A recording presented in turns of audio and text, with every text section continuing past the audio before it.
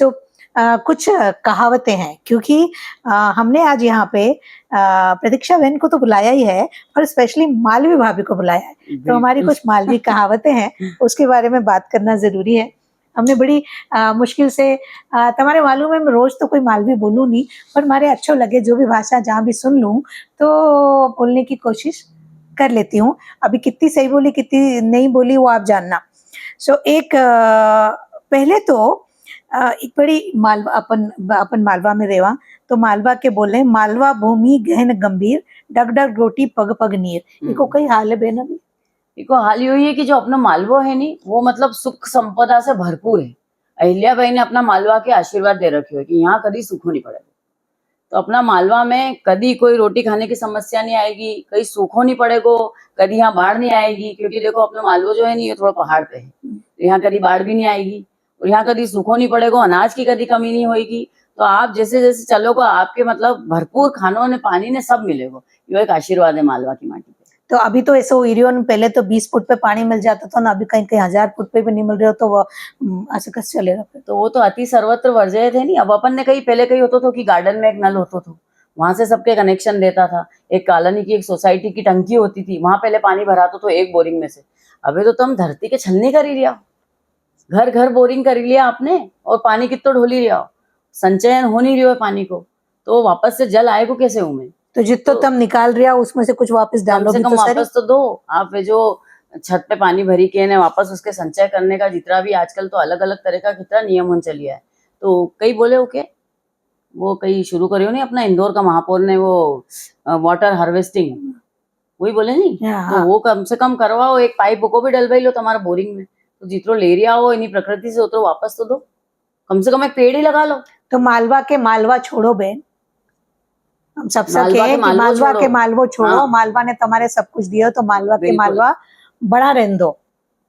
एक और कहावत है ऐसी, भरोसा की भैंस पाड़ो जने, हमेशा पाड़ो ही जने। मतलब आजकल वो जमानो ऐसो है कि कोई पे भी आंख बंद करके ने विश्वास नहीं करना, अंधविश्वास नहीं करना कोई पे भी, क्योंकि जिपे आप जितना ज्यादा विश्वास करोगा कभी ना कभी वो आपके धोखो मिलेगा ही सही ना रिलेशन में।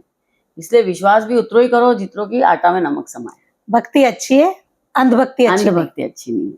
तो यही है कि भाई देखो इंसान तो भैया लड़को चाहे कोई भी जनने वाली हो लोग तो बोले लड़को होना चाहिए, पर जो गाय भैंस रहनी उनमें सबके बचिया ही चाहिए।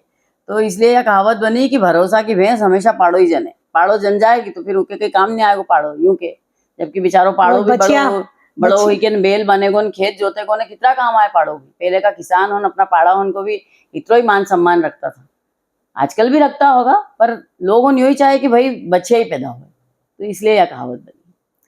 और मानवो बिगड़ियो की ब्याह बिगड़ियो, मांडो बिगड़ो की ब्याह बिगड़ियो मतलब है जो मांडना वांडना मांडे है ब्याह शुरू करने से पहले, मतलब इका कहावत को हमारे थोड़ो ही अर्थ आए है, शायद जो अर्थ है इको जैसे मांडना मांडनी मांडे गणेश पूजन होए तो उमे अगर कहीं बिगड़ी हो गयो, कई चीज उमे अपनी ऐसी लग गई कि नहीं आ रही हो अपशगुन हुई गयो, तो फिर ऐसा होए कि ब्याह में भी कहीं ना कहीं अड़चन आई सके। तो हमारे ऐसा लग रहा हो कि well begun is half done. बस गाय को काड़ी ने कुतरा के पाड़ो, गाय को काड़ी के ने कुतरा के पाड़ो, कुतरा के पाड़ो मतलब कि गाय को दूध काड़ी काड़ी के अपन उना कुतरा के पिलाई दिया, हाँ, जो कि कुतरा वापस पलटी के गाय के काटेगो, ऐसा मतलब है को कि आप आपको धन संचय है जो भी चीज है वह आप किका ऊपर लगे रही हो, कहाँ खर्च कर रही हो, ये तो देख लो।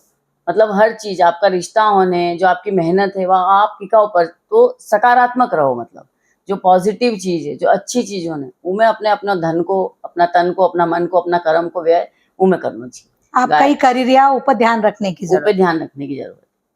मन मिलावे दो जना न झांक मारे 100 जना।